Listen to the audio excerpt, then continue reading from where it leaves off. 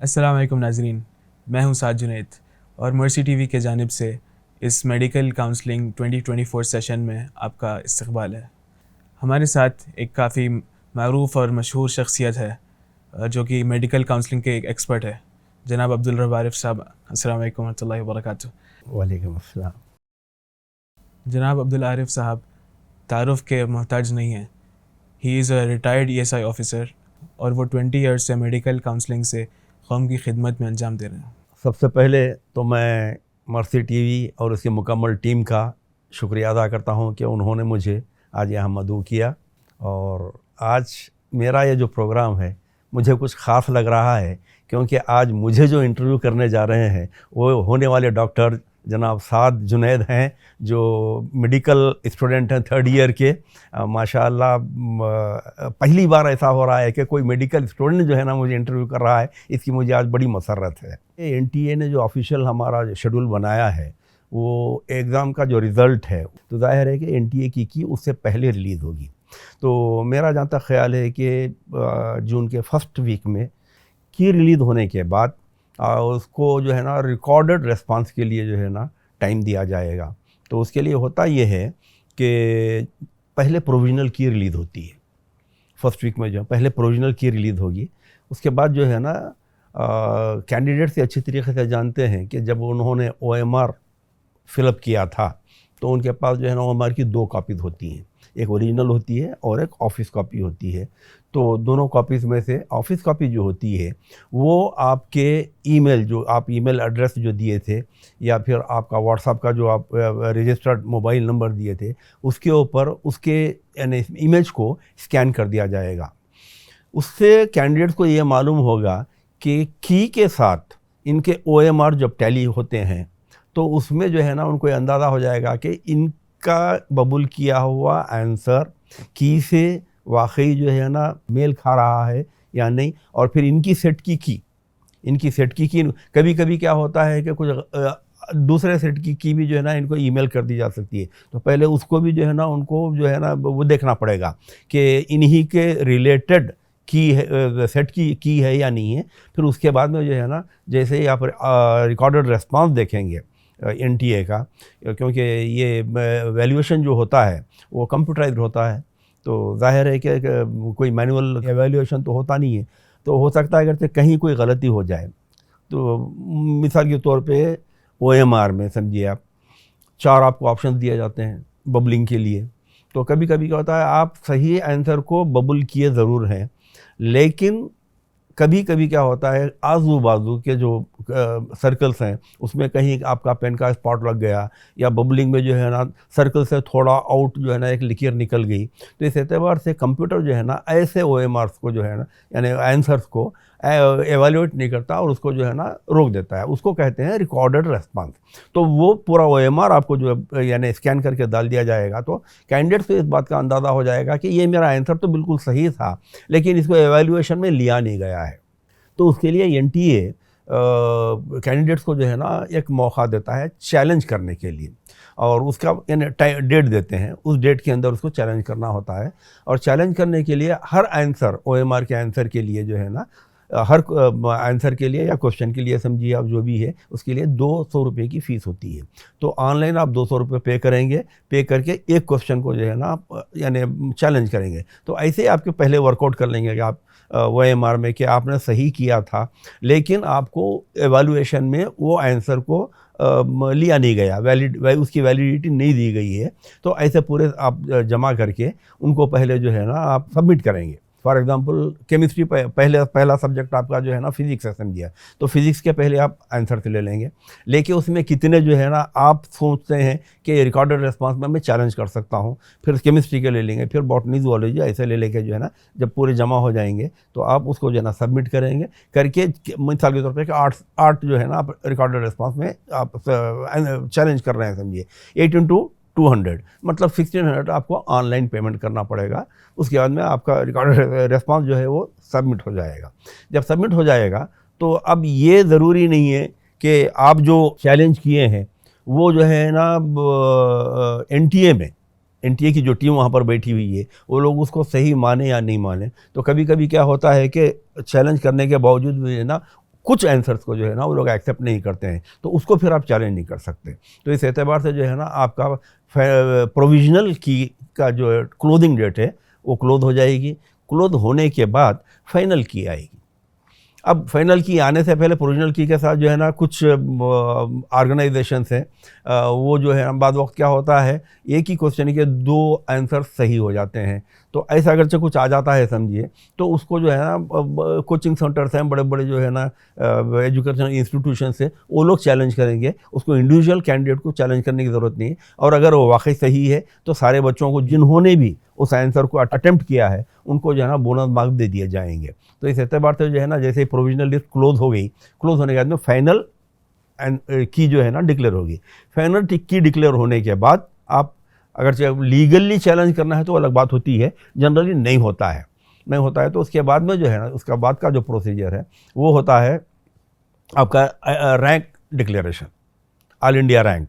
तो all India rank जो है ना हर बच्चे का जो है ना डिक्लेयर कर दिया जाएगा, डेट दे दी जाएगी। तो आप अपना रैंक कार्ड जो है ना डाउनलोड करके देख सकते हैं कि आपका रैंक क्या है, उसके मार्क्स कितने हैं। अब तक ये हमारा जो सिस्टम चल रहा था एप्लीकेशन नंबर से चल रहा था और रोल नंबर से चल रहा था। अब आपका ऑल इंडिया रैंक जब डिक्लेयर हो जाएगा तो अब यहाँ से जो है ना आप अपने ऑल इंडिया रैंक से चलते रहेंगे और आपके मार्क्स कितने आए हैं पहले वो देख लीजिए। तो ये मैं तो कैंडिडेट से कहूँगा कि आप जब अपना रैंक कार्ड डाउनलोड कर रहे हैं तो कम से कम एक 3-4 कॉपी निकाल के रख लीजिए, क्योंकि आगे आपको जो है ना काम में आती है। चाहे आप ऑल इंडिया कोटा में जो है ना अप्लाई करेंगे तो उसके लिए ज़रूरत पड़ेगी, स्टेट में करेंगे तो उसके लिए ज़रूरत पड़ेगी, एक आध कॉपी आप अपने पास रिकॉर्ड में भी रखेंगे। तो आप अपने रैंक कार्ड की 3-4 कॉपी निकाल के रख लीजिए। उसके बाद जैसे रैंक कार्ड डिक्लेयर हो गया तो ऑल इंडिया की लिस्ट बनती है, ऑल इंडिया मेरिट लिस्ट बनती है। ऑल इंडिया मेरिट लिस्ट बनने के बाद एनटीए क्या करती है, उस लिस्ट को एमसीसी को फॉरवर्ड कर देती है, मेडिकल काउंसलिंग कमेटी जो है ना उसको। एनटीए मतलब नेशनल टेस्टिंग एजेंसी जो है, जो एग्ज़ाम कंडक्ट करती है, उनका काम सिर्फ इतना ही है कि एग्ज़ाम कंडक्ट करके रिजल्ट डिक्लेयर करना, लिस्ट बना के मेडिकल काउंसलिंग कमेटी को सबमिट कर देना। उसके बाद में एनटीए का कोई रोल बाकी नहीं रहता। अब कभी कभी जो है ना बच्चों के जहनों में एक थोड़ा सा जो है ना एक गलत फहमी भी आ जाती है कि साहब जब हमने नीट एप्लीकेशन फॉर्म फिलअप किया था उसमें ये कुछ गलतियां हो गई थी हमारी। तो अगरचे वो गलतियां वो लोग पकड़ते होते तो आपका एडमिट कार्ड ही रिलीज़ नहीं होता।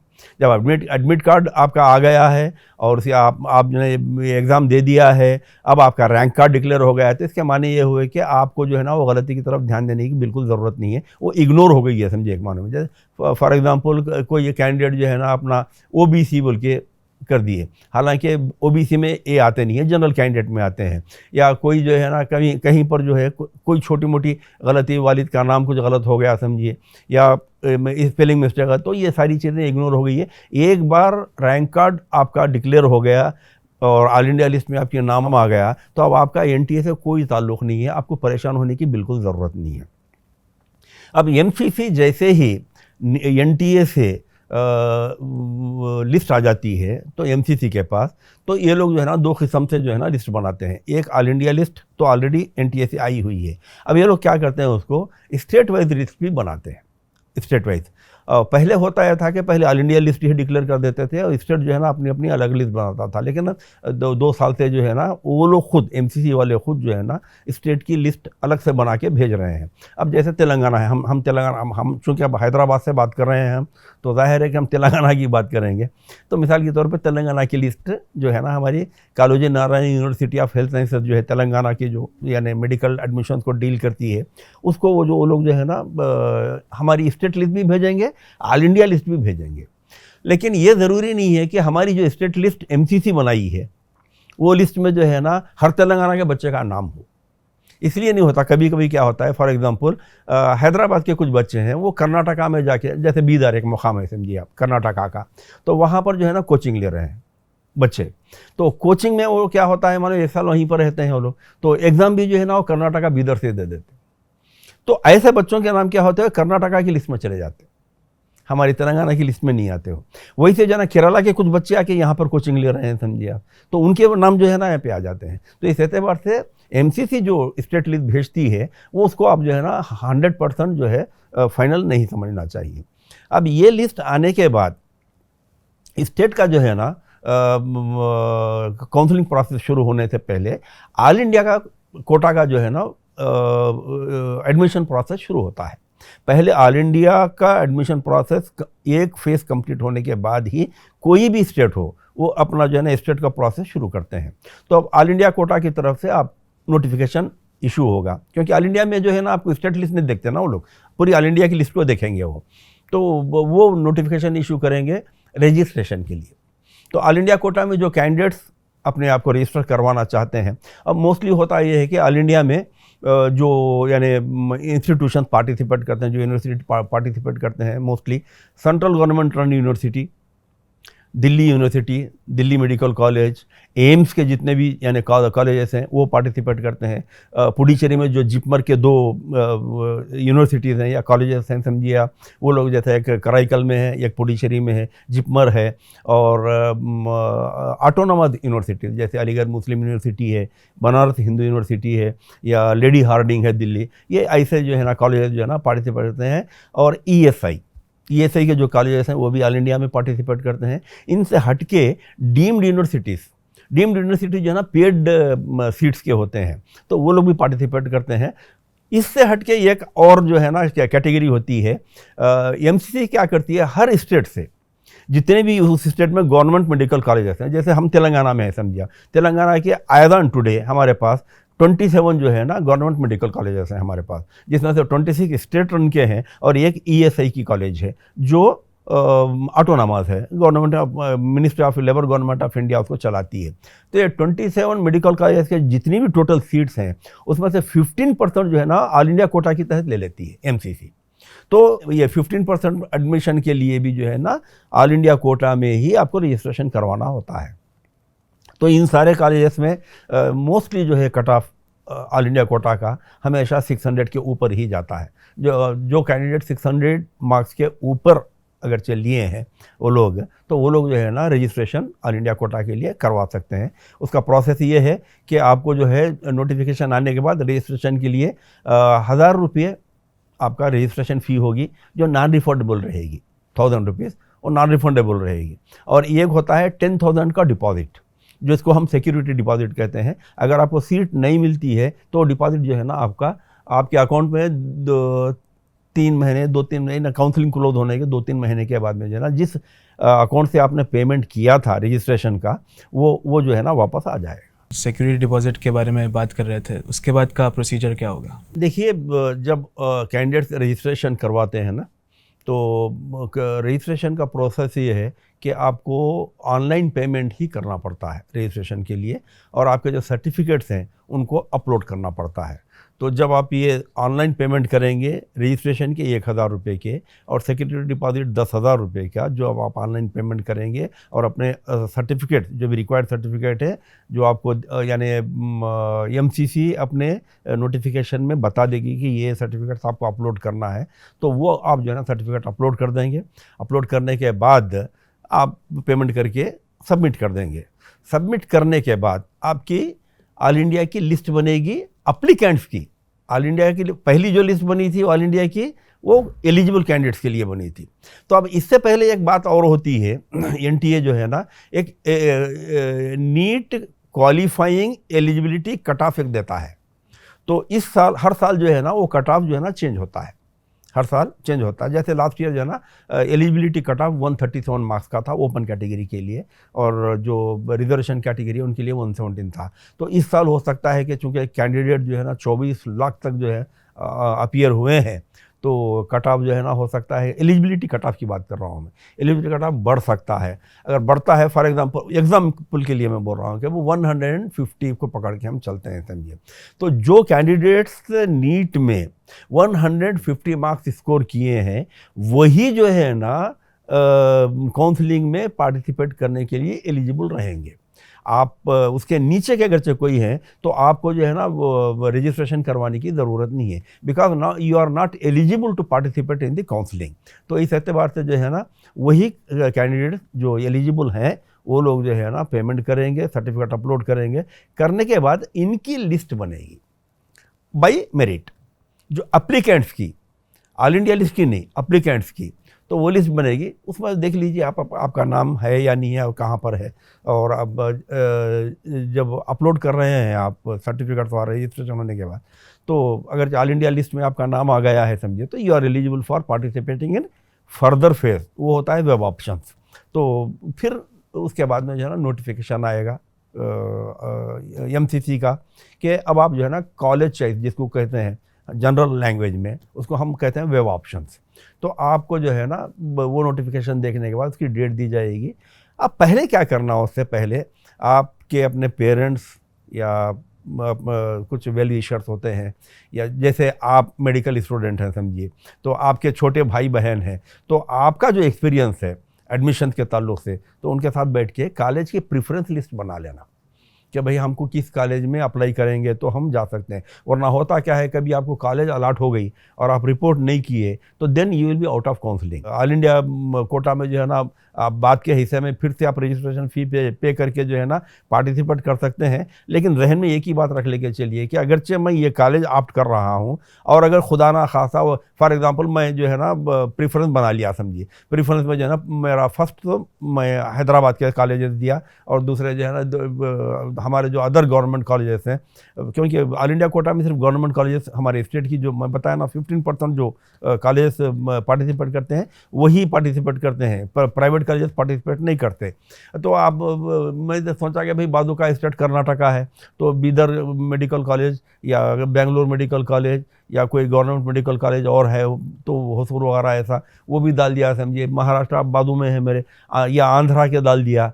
तो ये डालिए, अगर खुदा ना खासा वो कॉलेज आपको अलॉट हो गई तो आपको जो है ना मैंडेटरी रिपोर्ट करना पड़ेगा, वरना जो है ना फिर आप हटेंगे उसके बाद फिर वो थर्ड फोर्थ फेज वगैरह के बाद में जो है ना री रजिस्ट्रेशन करवा के आप दाखिल हो सकते हैं। लेकिन पहले आप अपने यानी वेलविशर के साथ, अपने पेरेंट्स के साथ, गार्डियन के साथ बैठ के पहले ये दिमाग बना लें कि अगर मुझे बाहर एडमिशन मिलता है बाहर के कॉलेज में तो मैं रिपोर्ट करने के लिए तैयार हूँ, तभी वो कॉलेज को आप ऑप्ट कीजिए। अदरवाइज कुछ बच्चों का जो है ना एक वो होता है क्या क्वेश्चनियर होता है, डाउट होता है कि साहब क्या मैं सिर्फ हमारे स्टेट के कॉलेज को ही ऑप्ट कर सकता हूँ दूसरों को छोड़ के? आपकी मर्ज़ी की बात है। अब फॉर एग्जांपल जो है ना आप हैदराबाद में ही रहना चाह रहे हैं, हैदराबाद से बाहर नहीं जाना चाह रहे हैं, तो हैदराबाद में जो है ना हमारे पास 3 कॉलेजेस हैं जो ऑल इंडिया में पार्टिसिपेट करती हैं। हैदराबाद की बोल रहा हूँ, ऑल ओवर तेलंगाना तो 27 कॉलेजेस हैं, लेकिन हैदराबाद में सिर्फ 3 ही कॉलेजेस हैं, जैसे उस्मानिया है, गांधी है और ESA मेडिकल कॉलेज। तो ये 3 जो है ना आप ऑप्ट कर दीजिए। अगर वो 3 में आ गया तो बेहतर है, नहीं आया तो फिर सेकंड ऑप्शन में आप फिर जो है ना फिर वो कर सकते हैं।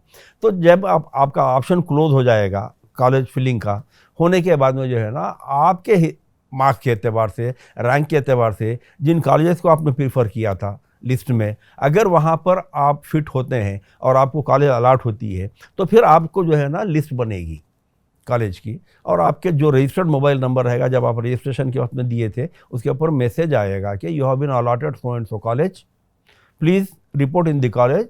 ऑनलाइन भी कर सकते हैं आप। ऑल इंडिया कोटा की एक बेनिफिट ये है कि आपको कॉलेज को पर्सनली जाना नहीं होता। कॉलेज पर्सनली उसी वक्त जाना है जिस दिन आपके ओरिएंटेशन प्रोग्राम होता है, जब उसको आप अपने ओरिजिनल सर्टिफिकेट भी वहाँ पे जो है ना आपको वेरीफाई करवाने होते हैं। तो आप क्या है ऑनलाइन जो है ना रिपोर्टिंग भी कर सकते हैं आप। तो you have to report in the college on the mentioned date and time, before that time. वो आप एक बार रिपोर्ट कर दिया समझिए, करने के बाद में आपको पसंद नहीं है कॉलेज तो फर्स्ट फेज़ के बाद में अगर आप हट जाना चाहते हैं तो निकल जा सकते हैं। सेकंड फेज़ में अगर आप ऑप्शन दिए फिर सेकंड फेज़ में आप ऑप्शन दिए, अब वो कॉलेज आपकी पसंद नहीं है जो अलॉट हुई है समझिए, आप दूसरी में जाना चाहते हैं, उसमें अगर फिर अलॉटमेंट आ गया तो उसके बाद आप विड्रॉ नहीं कर सकते। तो फर्स्ट फेज़ में आप विड्रॉ कर सकते हैं, तो वो कोई आपके ऊपर पेनाल्टी वगैरह नहीं लगेगी। उसके बाद में अगर करेंगे तो आपके जो 10,000 का डिपॉजिट है वो भी चला जाएगा, और उसके बाद से आपको पार्टिसिपेशन भी जो है ना मुश्किल में आ जाएगा, फिर री रजिस्ट्रेशन करवाना पड़ेगा आपको, वो एक अलग प्रोसेस है समझिए आप। तो ये ऑल इंडिया का जो है ना प्रोसेस। अब ये फर्स्ट फेज़ ऑल इंडिया का ख़त्म होने के बाद स्टेट के जो कॉलेजेस होते हैं, मेडिकल कॉलेज, मेडिकल यूनिवर्सिटीज़, वो लोग स्टेट का रजिस्ट्रेशन शुरू करते हैं। स्टेट के लिए रजिस्ट्रेशन क्यों करना पड़ता है उनको, जैसा कि मैं पहले ही बताया आपको कि स्टेट की जो लिस्ट MCC भेजती है उसमें ज़रूरी नहीं है कि पूरे तेलंगाना के ही बच्चे हों। बाहर के भी बच्चे हो सकते हैं या यहाँ के बच्चे बाहर के लिस्टों में हैं। तो जब यहाँ पे बच्चे रजिस्ट्रेशन करवाएंगे और उसकी जो प्रोविजनल लिस्ट बनेगी, तो जब पक्का मालूम हो जाएगा तेलंगाना स्टेट में कितने बच्चे वेब ऑप्शंस के लिए या मेडिकल एडमिशन के लिए पार्टिसिपेट करना चाहते हैं। तो स्टेट में जो है ना लिस्ट बनेगी। लिस्ट बनने के बाद में जो रजिस्ट्रेशन के लिए नोटिफिकेशन आएगा स्टेट का, वो आप दोनों अच्छा साइमल्टेनियसली आप दोनों में भी जो है ना पार्टिसिपेट कर सकते हैं। ऑल इंडिया कोटा में भी पार्टिसिपेट कर सकते हैं, आप स्टेट की काउंसलिंग में भी साइमल्टेनियसली पार्टिसिपेट कर सकते हैं। लेकिन ये जो काउंसलिंग प्रोसेस होता है ना, ये एक दूसरे से कभी क्लैश नहीं होता। ये जो है ना बिल्कुल जिगजैग जाते रहता है। उनका फ़र्ज़ कीजिए रजिस्ट्रेशन का डेट आया, समझिए अब ऑल इंडिया कोटा का, पहले ऑल इंडिया कोटा से ही शुरू होता है, उनका आया तो इनका जो है ना खाली लिस्ट रिलीज़ होती है, स्टेट की लिस्ट रिलीज होती है। उनका फर्स्ट फेज़ का जो है ना रिजल्ट आ गया तो इनका रजिस्ट्रेशन शुरू होता है। तो ऐसा जिगजैग जाते हैं। तो कैंडिडेट्स को कंफ्यूज होने की ज़रूरत नहीं है कि हम दो जगह कैसे भागेंगे। तो बिल्कुल जिगजैग होता है, क्लैश नहीं होते हैं कभी, डेट्स भी क्लैश नहीं होते हैं और प्रोसेस भी जो है ना क्लैश नहीं होता है। तो अब आप रजिस्ट्रेशन जो है ना स्टेट, अब हम तेलंगाना की बात लेकर चलते हैं। समझे KNRUHS ने रजिस्ट्रेशन के लिए नोटिफिकेशन रिलीज़ किया, तो आपको यहाँ पर भी जो है ना अलग से फिर रजिस्ट्रेशन करवाना है। अब ये बात मैं जो कर रहा हूँ आपको एक कैटेगरी की कर रहा हूँ जिसको हम कन्वेनर कोटा कहते हैं। अभी मैनेजमेंट कोटा का रजिस्ट्रेशन अलग आएगा जो ऑल इंडिया कोटा में नहीं होता है, डीम्ड यूनिवर्सिटी में होता है वो खाली। तो इसीलिए हम पहले से यानी ये कैटेगरी के ताल्लुक से बात करते हुए चल रहे हैं गवर्नमेंट मेडिकल कॉलेजेस की। जैसे ही रजिस्ट्रेशन की डेट आई, अब हम जो है ना स्टेट की, हमारी स्टेट की जो KNRUHS है, college university of health science जो वरंगल में वो है लोकेटेड है, तो उनके आप क्या करेंगे, पहले हम रजिस्ट्रेशन करवाएंगे। रजिस्ट्रेशन के लिए आपको सारे पहले से सर्टिफिकेट बना के रखने पड़ेंगे। सर्टिफिकेट्स की आपके पास लिस्ट आ जाती है, रजिस्ट्रेशन की नोटिफिकेशन में वो देता है। ये सर्टिफिकेट्स को आपको ऑनलाइन अपलोड करना है, ऑनलाइन अपलोड करना है। तो आप रजिस्ट्रेशन करवाएंगे, सर्टिफिकेट्स अपलोड करेंगे और रिक्वायर्ड जो फ़ी है, लास्ट ईयर जो है ना ये लोग 3,500 रुपये ले रहे थे, वो रिक्वायर्ड फीस। अच्छा, जितनी भी फीस मैं बता रहा हूँ आपको, ये सब ऑनलाइन पेमेंट करनी है, इधर बाई डेबिट कार्ड और बाई क्रेडिट कार्ड और बाई नेट बैंकिंग और बाई UPI। इससे हट के आप कोई कैश में नहीं कर सकते, कोई DD में नहीं बना सकते। DD आपको एक ही मुकाम पे बनाना है, जब आपको कॉलेज में एडमिशन मिलता है तो कॉलेज के नाम पे आपका ट्यूशन फ़ी की DD बना के लेके जाना पड़ता है। तो आपने रजिस्ट्रेशन करवा दिया, सर्टिफिकेट्स अपलोड कर दिया, ऑनलाइन पेमेंट कर दिया, सबमिट कर दिया। सबमिट करने के बाद में जो है ना आपकी स्टेट की प्रोविजनल लिस्ट बनेगी। प्रोविजनल लिस्ट इसलिए बनाते हैं कि कुछ जो है ना कैंडिडेट्स रजिस्ट्रेशन करवाए भी हैं, पेमेंट भी करे हैं, समझिए सपोज अगर यानी उनका नाम लिस्ट में नहीं आया है, किसी वजह से नहीं आया है, तो आपको कुछ मौका दिया जाता है, 2-3 दिन का मौका दिया जाता है कि आप रिप्रेजेंट कर सकते हैं, हेल्पलाइन को यानी बात कर सकते हैं, या उनके ईमेल एड्रेस को जो है ना आप एड्रेस करके बोल सकते हैं कि I have got registered, this is my receipt number, online payment किया हूँ, मैं ये सर्टिफिकेट अपलोड किया हूँ, तो मेरा नाम नहीं आया। तो फिर वो लोग जो है ना रीवेरीफाई करके हकीकत में है तो फिर वो आपका नाम जो है ना लिस्ट में ऐड कर देंगे। उसके बाद जो है आपकी फाइनल स्टेट की लिस्ट बनेगी, उसको भी जो है ना हम प्रोविजनल फाइनल लिस्ट कहते हैं। प्रोविजनल फाइनल लिस्ट के माने ये हैं कि अब इसके बाद जो है ना कोई वो लिस्ट बाकी नहीं रहेगी आपकी। तो इस एतबार से जो है ना एक बार फाइनल लिस्ट बन गई, फाइनल लिस्ट बनने के बाद में वेब ऑप्शंस के लिए फिर आपका नोटिफिकेशन आएगा। उसमें फिर मैं जैसे पहले बताया कि आप अपने कॉलेज पहले से सेलेक्ट कर रख लेंगे, उन कॉलेज को आप ऑप्ट करेंगे। आपके मार्क्स के और रैंक के एतबार से अगर कॉलेज आपको अलॉट हो जाता है तो आपको फर्स्ट जब यानी कॉलेज अलॉट होती है तो मैंडेटरीली जाके आपको रिपोर्ट करना ज़रूरी होता है। अगर आप जाके रिपोर्ट नहीं करते हैं तो you will be not eligible to participate in further phases of counselling. इसके माने है कि आप इस साल काउंसलिंग से आउट हो गए। तो जज़ाकल्लाह खैर, आज का सेगमेंट इधर ही ख़त्म करते हैं। तो अस्सलाम वालेकुम रहमतुल्लाहि व बरकातुहू। वालेकुम अस्सलाम। मर्सी टीवी के मज़ीद वीडियोस के लिए हमारे चैनल को सब्सक्राइब करें और बेल आइकॉन को क्लिक करना ना भूलें। जज़ाकल्लाह खैर। मर्सी टीवी, पैगाम रहमत।